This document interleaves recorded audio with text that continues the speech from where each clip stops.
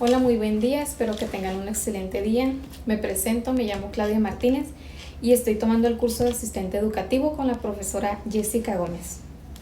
El día de hoy, a lo largo de este video, estaremos hablando sobre las relaciones humanas y laborales, sobre la solución de conflictos y también hablaremos de la forma en la que nos comunicamos y nos organizamos. No solo define el ambiente en el que trabajamos, sino también la productividad y la calidad de lo que hacemos. Así que pues comencemos. Primero que nada, para lograr comprender su importancia actual, necesitamos mirar un poco más hacia atrás. Las relaciones humanas y laborales han ido evolucionando drásticamente, desde la sumisión absoluta hasta la actual gestión basada en el bienestar, la flexibilidad y la equidad. Su desarrollo integra hitos históricos, revoluciones industriales y movimientos sociales que transformaron al trabajador de una herramienta a un socio estratégico. Comencemos desde el mundo antiguo y la Edad Media. En estas épocas, el trabajo no se consideraba un derecho, sino se consideraba como un castigo o una obligación para las personas. Primero estuvo la esclavitud. En civilizaciones como Roma o Grecia, el trabajador era considerado una propiedad de su amo. No tenían derechos humanos ni laborales. Luego, en la época del feudalismo, durante la Edad Media, los siervos trabajaban en las tierras de los señores feudales a cambio de protección militar y pues un lugar para vivir. Debían entregar gran parte de su producción y estaban atados a la tierra. Seguimos con el comienzo de la Revolución Industrial, que fue el surgimiento del conflicto. A mediados del siglo XVIII y durante el siglo XIX, la invención de la máquina a vapor desarrolló que las grandes fábricas cambiaron el modelo productivo y social. Y en la explotación inicial, las condiciones laborales eran extremas. Las jornadas iban desde 14 horas, también trabajo infantil y nulas medidas de seguridad. En los movimientos obreros, los abusos dieron origen a los primeros sindicatos y huelgas que exigían regulaciones para proteger la vida y la dignidad de los trabajadores. Después continuamos con los departamentos de bienestar, que a finales del siglo XIX y a principios del siglo XX comenzaron a surgir los primeros departamentos orientados a mejorar la calidad de vida y la vivienda de los obreros. La Escuela de las Relaciones Humanas, que fue por el siglo XIX, en la década de 1930, el psicólogo y sociólogo Elton Mayo lideró los famosos experimentos de Hawthorne y esto revolucionó la administración tradicional. En el descubrimiento de lo social, se demostró que la productividad de los empleados no solo dependía de su salario o de las condiciones físicas del lugar, sino de su motivación psicológica y su sentido de pertenencia a un grupo y a las interacciones sociales. Y la humanización, las empresas comenzaron a preocuparse por el liderazgo, la comunicación interna y el entorno emocional dentro de las organizaciones.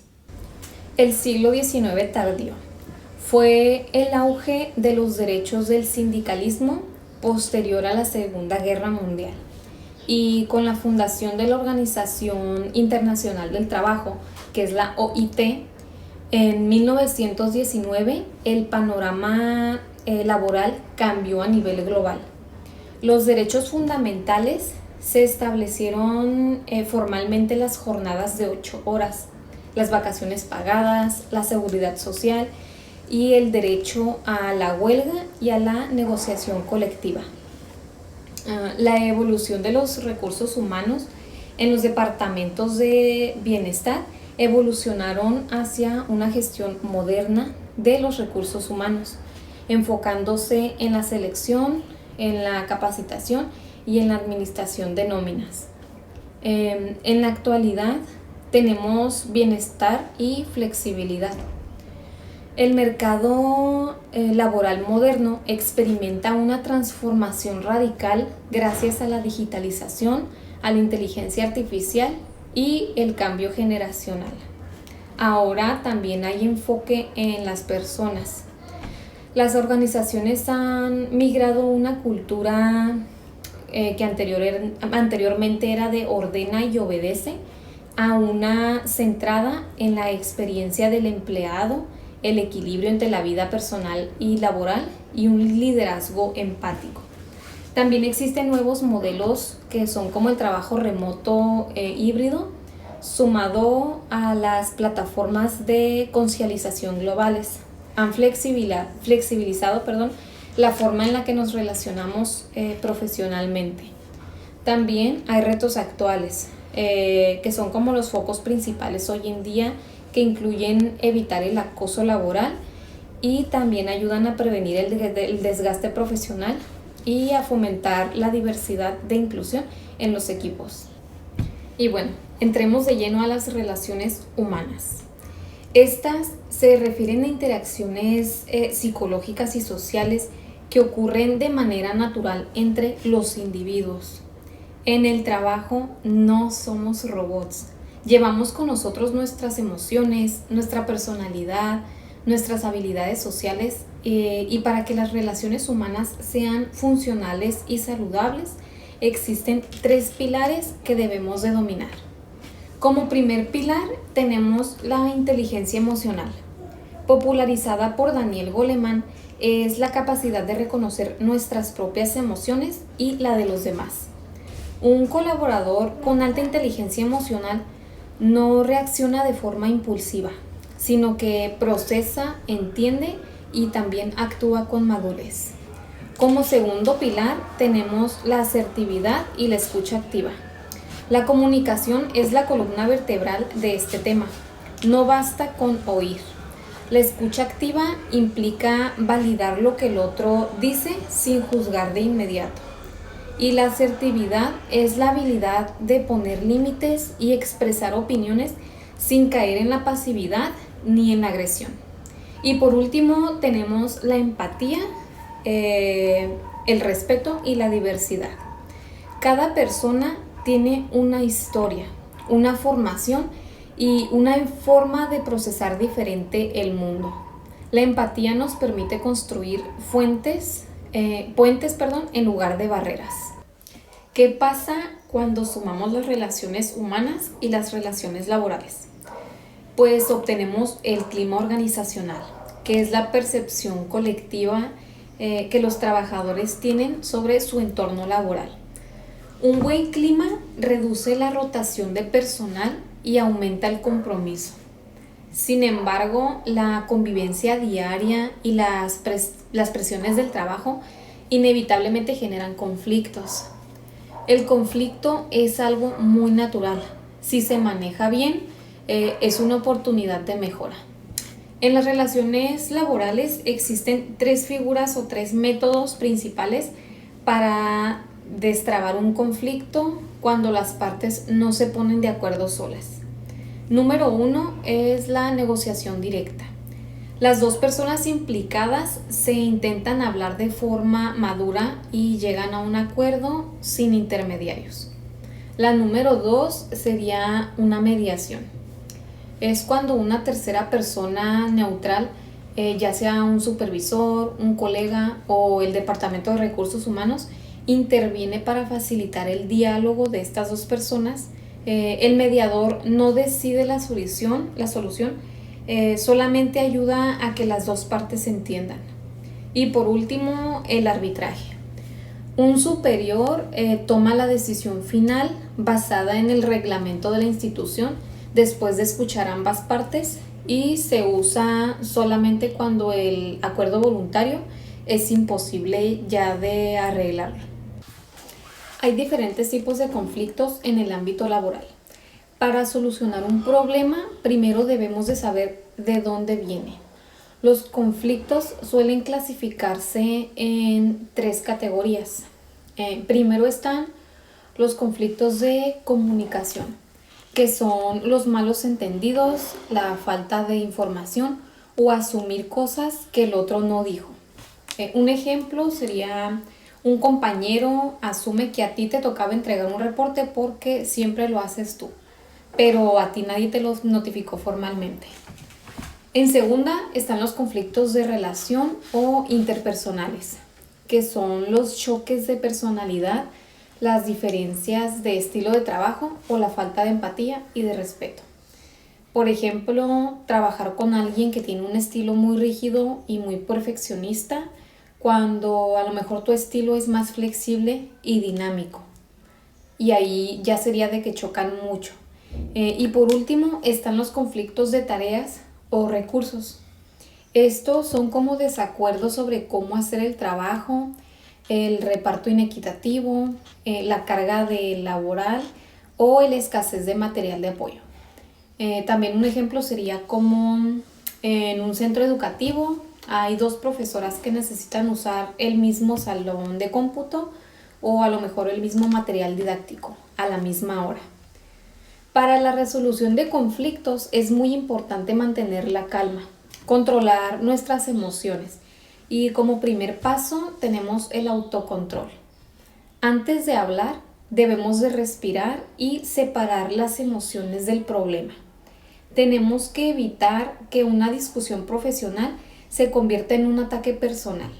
Lo más importante es que no hay que buscar culpables, debemos de buscar soluciones. También debemos de escuchar activamente ambas partes y tener empatía. Debemos escuchar para comprender, no solamente escuchar para responder. Como ya también lo había explicado, tenemos que dejar que la otra persona pueda expresar lo que está sintiendo en ese momento y no interrumpirla. Podemos también decirle palabras como: entiendo que estés frustrado, o déjame ver si entendí tu punto. Aunado a esto, debemos de identificar la causa o la raíz de todo esto. Debemos dejar que las personas involucradas definan claramente cuál es el problema real, dejando de lado quejas superficiales, ya que muchas veces el conflicto no es la persona, sino la falta de un proceso o de una regla clara.